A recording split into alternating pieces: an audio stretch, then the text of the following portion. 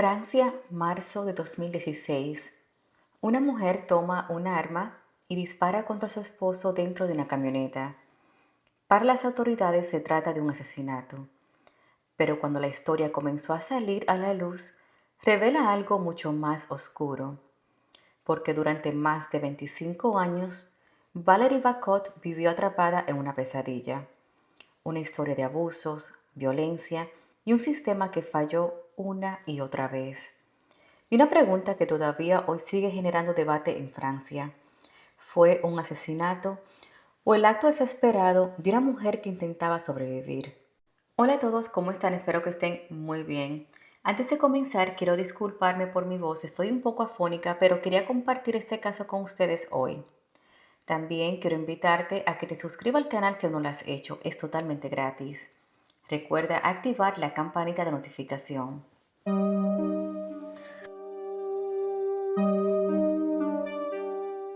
Valerie Bacot nació en el 1981 en un pueblo llamado Saonnet-el-Ory, situado al sur de Borgoña, entre Lyon y Dijon, en Francia. Sus padres se separaron en 1992. Valerie era la mayor de sus dos hermanos. Luego de la separación de sus padres, los niños quedaron bajo el cuidado de la madre Joël. Bueno, no sé pronunciar el apellido, así que se los debo, pero se lo voy a dejar aquí escrito. Joelle es escrita como una alcohólica autoritaria y violenta. Maltrataba a Valerie tanto verbal como físicamente. Y no tanto a sus hermanos. Era como si no quisiera saber de su hija. Joelle trabajaba largas horas en una sastrería. Apenas unas semanas de que el padre los abandonara, ella conoció a un hombre llamado Daniel Paulette. Lo invitó a su casa y al poco tiempo, en diciembre de 1992, se mudó con ella y sus tres hijos. Ahí comenzó el infierno de Valerie. Antes de pasar los hechos, vamos a conocer un poco sobre Daniel. Él nació en el 1957 en un pueblo pequeño. Vivía con sus padres y 7 hermanos. Daniel es descrito como un bully. Desde pequeño era violento, tenía mal genio, siempre estaba enojado y a medida que fue creciendo su actitud empeoró. Todos en la casa le tenían miedo, incluso sus padres. Su mirada era aterradora. Por razones desconocidas, Daniel maltrataba a su padre. Lo golpeaba brutalmente mientras sus hermanos se escondían para evitar recibir una golpiza también. A veces encontraban cosas rotas en la casa, sangre en las paredes y al padre severamente golpeado. Todos temían por su vida. Daniel aterrorizaba a su familia con armas o cualquier objeto que encontrara alrededor de la casa. Cuando su hermana Monique tenía 11 años, él abusó de ella. Los abusos continuaron por años. Él amenazaba con quitarle la vida a ella y a su madre si decía algo. A los 16 años, Monique huyó de la casa. Ya no aguantaba más los abusos por parte de su hermano. Todas las parejas de Daniel lo describen como un hombre extremadamente violento y era un infierno vivir con él. Sus hermanos lo describen como un monstruo, un hombre cruel y perverso. Y a ese monstruo fue que Joel llevó a su casa a vivir con ella. Ella se enamoró perdidamente de Daniel y él se convirtió en el padrastro de sus 3 hijos. Debo aclarar que en esos momentos, o me imagino, que ella desconocía del pasado de Daniel, de su carácter violento. Daniel era firme y muy protector con los niños, especialmente con Valerie. Cuando Joel la regañaba o le gritaba, él la protegía. Valerie sentía un poco de alivio de tener a alguien que la defendiera de su madre. En esos momentos ella tenía 12 años. Daniel era 25 años mayor que ella. Con el tiempo, él comenzó a mirar a la niña con otros ojos. Se ofrecía a ponerle crema en el cuerpo, a darle masajes, y cuando ella trataba de resistirse, él le decía, no te preocupes, esto no es nada malo, todo el mundo lo hace. No pasó mucho tiempo cuando él comenzó a abusar de ella mente, así como lo hizo con su propia hermana. Los abusos eran recurrentes. Daniel aprovechaba que Joel trabajaba largas horas e inmediatamente que Valerie llegaba a la casa de la escuela, él esperaba que terminara su merienda para luego ordenarle, y cito textualmente, arriba Valerie. Ella ya sabía exactamente lo que eso significaba. También sabía que tenía que obedecerlo si no quería ser castigada. Durante esos encuentros, y estoy siendo cuidadosa con las palabras que digo, él era muy violento y ella no dejaba de llorar. Valerie nunca le dijo nada a nadie. No tenía en quién confiar, no tenía amigas y su madre había sido violenta con ella física y emocionalmente durante años. Cuando Valerie tenía 14 años, Joel fue citada a la estación de policía con Valerie. La hermana de Daniel, Monique, acudió a la policía porque estaba preocupada por la relación entre su hermano y Valerie. Ella tenía el presentimiento que Daniel estaba abusando de su hijastra como lo hizo con ella. Monique contó todo a las autoridades, que ella había sido abusada por su hermano durante 5 años antes de escapar de la casa.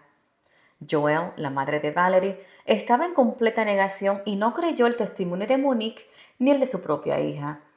Ella aseguró que Valerie jamás había tenido intimidad con Daniel.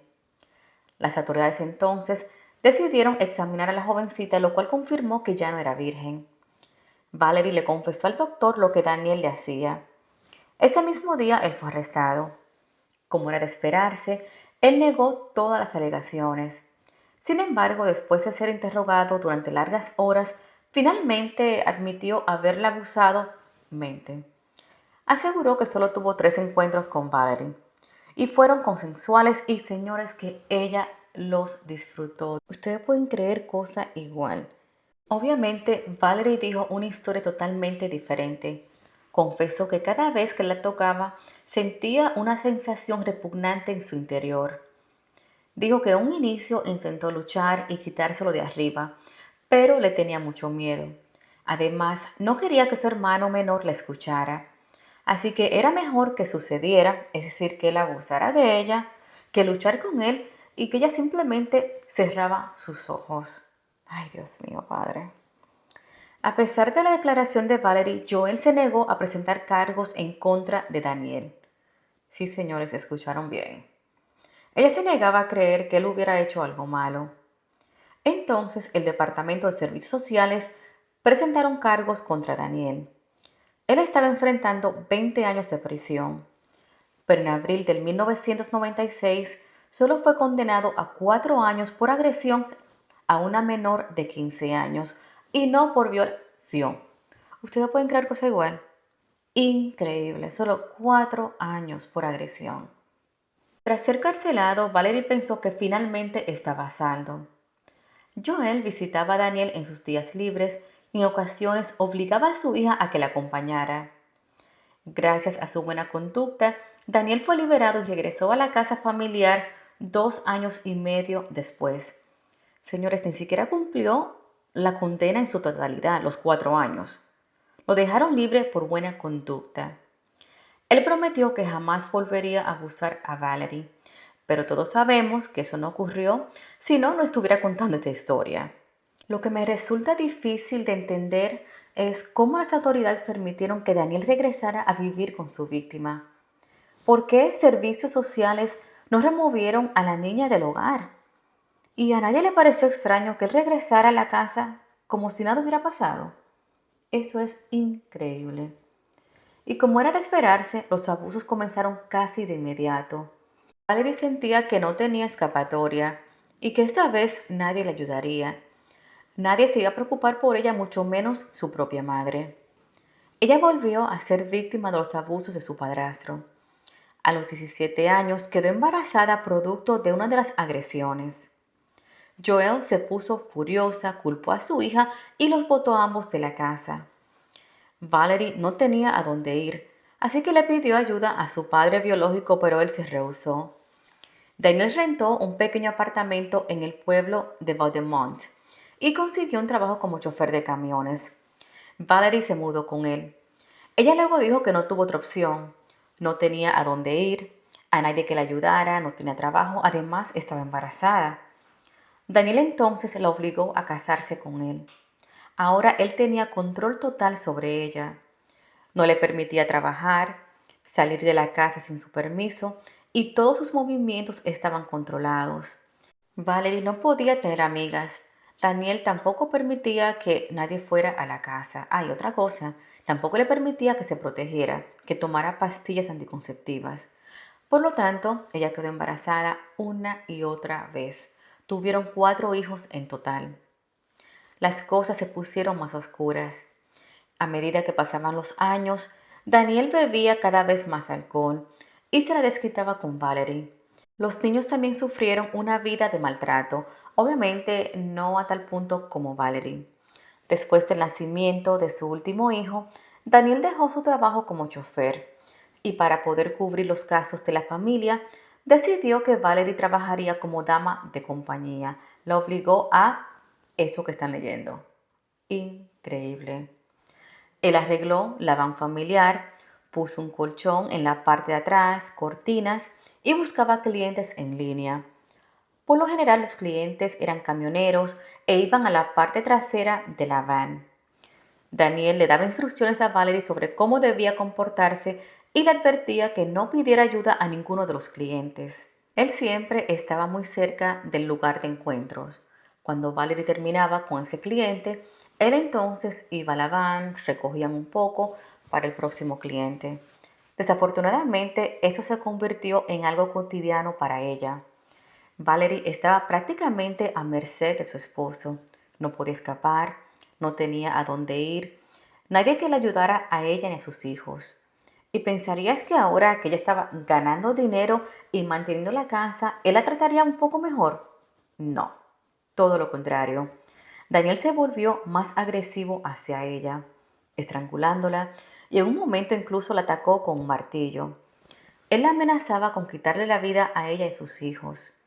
En ocasiones le ponía su pistola en la cabeza y apretaba el gatillo. Ella nunca sabía si el arma estaba cargada o no. Cuando él presionaba y hacía clic y no salía nada, es decir, una bala, le decía en forma de burla, hoy es tu día de suerte. Los hijos luego declararon que cuando aún eran niños, cansados de la violencia, acudieron a las autoridades para denunciar a su padre, pero no le hicieron caso. Las autoridades por su parte negaron esas alegaciones y no hay registro de eso.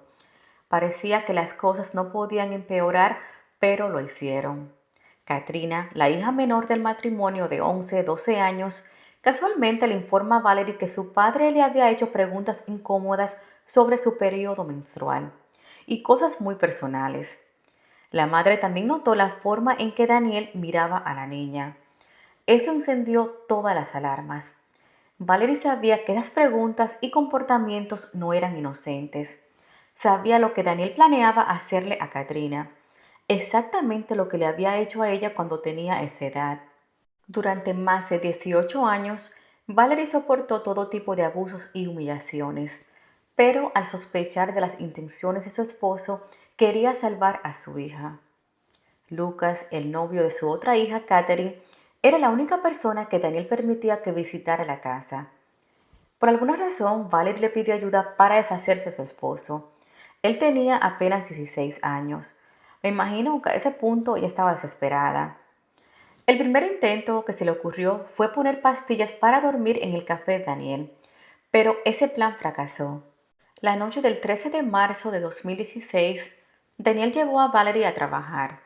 Él había acordado el encuentro con un hombre que anteriormente había sido muy agresivo con ella. Esa noche, Valerie tomó el arma que Daniel guardaba entre los asientos de la van como protección y la puso en su cartera. Como dije anteriormente, ese cliente había sido muy violento con ella en el pasado y esa noche no fue la excepción. Fue extremadamente violento y la experiencia fue brutal y dolorosa. Luego del acto, Daniel encontró a Valerie llorando y ensangrentada. Él se puso furioso por su comportamiento, por no haber cumplido con todas las demandas del cliente, y le dijo que se iba a arrepentir. En ese momento, Valerie estaba convencida que su esposo la iba a matar. Temía por su vida y por su hija. Aún desnuda e incapaz de caminar, Valerie sacó el arma de su cartera y le disparó a Daniel en la nuca mientras estaba sentado en el asiento del conductor. Ella luego llamó a Lucas para pedirle ayuda. Juntos envolvieron el cuerpo y lo pusieron detrás de la van. Al llegar a su casa, Valerie le contó a sus hijos mayores lo que había ocurrido. Entre todos enterraron el cuerpo de Daniel en el bosque. Todos prometieron mantener el secreto y nadie habló más del asunto. Para no levantar sospechas, Valerie reportó a Daniel desaparecido. Dijo que tuvieron una discusión, él se fue de la casa y nunca más regresó. Pasó un año y medio sin que nadie descubriera lo que había pasado. Sin embargo, Lucas le contó a su mamá que Daniel no estaba desaparecido, sino muerto. La madre entonces fue a las autoridades y denunció lo ocurrido.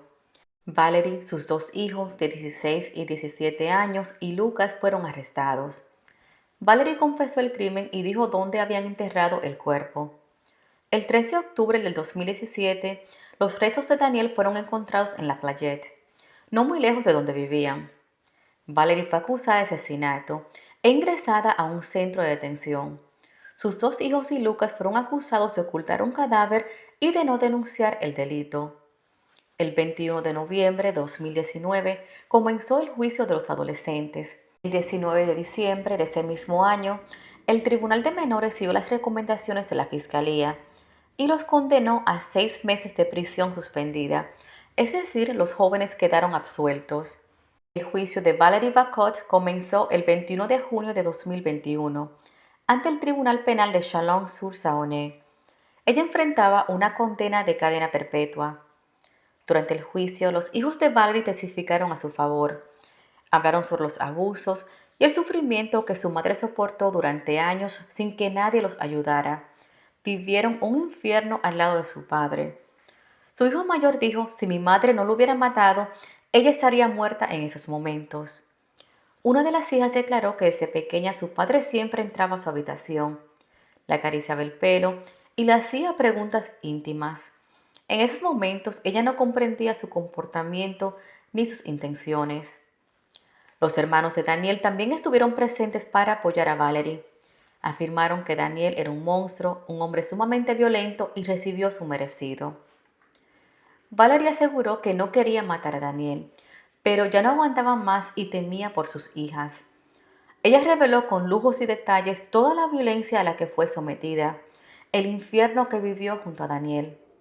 Afirmó que ella tenía solo 12 años cuando él comenzó a abusar de ella. Él estuvo preso por 2 años, pero luego regresó a la casa familiar y continuó el abuso. Luego de quedar embarazada a los 17 años, la obligó a casarse con él. Tuvieron 3 hijos más y luego la obligó a irse. Ella admitió que lo mató con su propia pistola. Dijo que asesinarlo era la única manera para acabar con los abusos, maltratos y años de tortura. Tenía que ponerle fin. Joelle, la madre de Valerie, fue llamada a declarar y ella se defendió y dijo que Valerie simplemente era responsable de sus acciones. Increíble. La abogada de Valerie aseguró que ella sintió que tenía que matarlo para protegerse a sí misma y a sus hijos. Dijo lo siguiente: la violencia extrema que sufrió durante 25 años y el temor de que su hija fuera la próxima la llevaron a asesinar a su esposo. El poder judicial sigue siendo demasiado lento, no lo suficientemente reactivo y demasiado indulgente con los perpetradores que pueden seguir ejerciendo su poder violento. Esto es precisamente lo que puede empujar a una mujer desesperada a matar para sobrevivir. La historia de Valerie Bacot se viralizó y desencadenó un debate público sobre la violencia contra las mujeres. Más de 600.000 personas firmaron una petición pidiendo su liberación. Para los fiscales, el juicio fue premeditado, por lo que pidieron su condena, pero al mismo tiempo que recibiera clemencia y quedara en libertad. Gloria a Dios. El 25 de junio del 2021, Valerie Bacot fue condenada a 4 años de prisión, de los cuales 3 fueron suspendidos. Dado que pasó un año en prisión preventiva, fue liberada ese mismo día. Tras escuchar la sentencia, Valerie se desmayó, no lo esperaba. Los servicios de emergencia la atendieron en la sala del tribunal. Ella luego escribió, y cito textualmente, no solo soy una víctima, lo maté, es normal que me castiguen, pero si mi sentencia es dura, eso significará para mí que él tenía derecho a comportarse como se comportó conmigo. Al concluir el juicio, una multitud congregada a la salida del juzgado la aplaudió mientras le gritaban ¡Bravo! Valerie le dijo a la prensa que su batalla aún no ha concluido. Dijo, no estoy aliviada, estoy completamente destrozada física y mentalmente. Posteriormente, ella publicó un exitoso libro llamado Tout le monde savait, todos sabían en español. La historia de Valérie Bacot dejó una pregunta muy incómoda en la sociedad francesa. ¿Qué ocurre cuando una víctima pide ayuda durante años y nadie escucha? Durante décadas, Valerie vivió atrapada en un ciclo de violencia, control y miedo. Un sistema que debía protegerla falló una y otra vez. Cuando finalmente tomó una decisión desesperada para proteger su vida y la de sus hijos, ya era demasiado tarde. Hoy Valerie intenta reconstruir su vida, pero las cicatrices de esos años jamás desaparecerán. ¡Wow! ¡Qué caso, Dios mío, tan triste, tan horrendo! No me quiero imaginar el infierno, el horror que esa pobre mujer sufrió desde los 12 años. 12 añitos, señores. Soy una persona que no le desea mal a nadie, trato de ser muy cuidadosa cuando comparto mi opinión, pero cuando leí todos los detalles de este caso y eso, que no compartí todo con lujos y detalles, fui muy cuidadosa con las palabras porque ustedes saben que en YouTube no nos permite hablar así claramente porque si no nos pueden bloquear el video, pero honestamente, cuando leí todo esto, dije, este hombre recibió su merecido, porque lo que le hizo a esta mujer, bueno, desde niña de los 12 años hasta ya adulta, no, no, eso es increíble, eso es increíble. Era un verdadero monstruo. Bueno, mi gente, déjame saber tu opinión aquí debajo en los comentarios. Antes de despedirme, quiero invitarte nuevamente a que te suscribas al canal si aún no lo has hecho.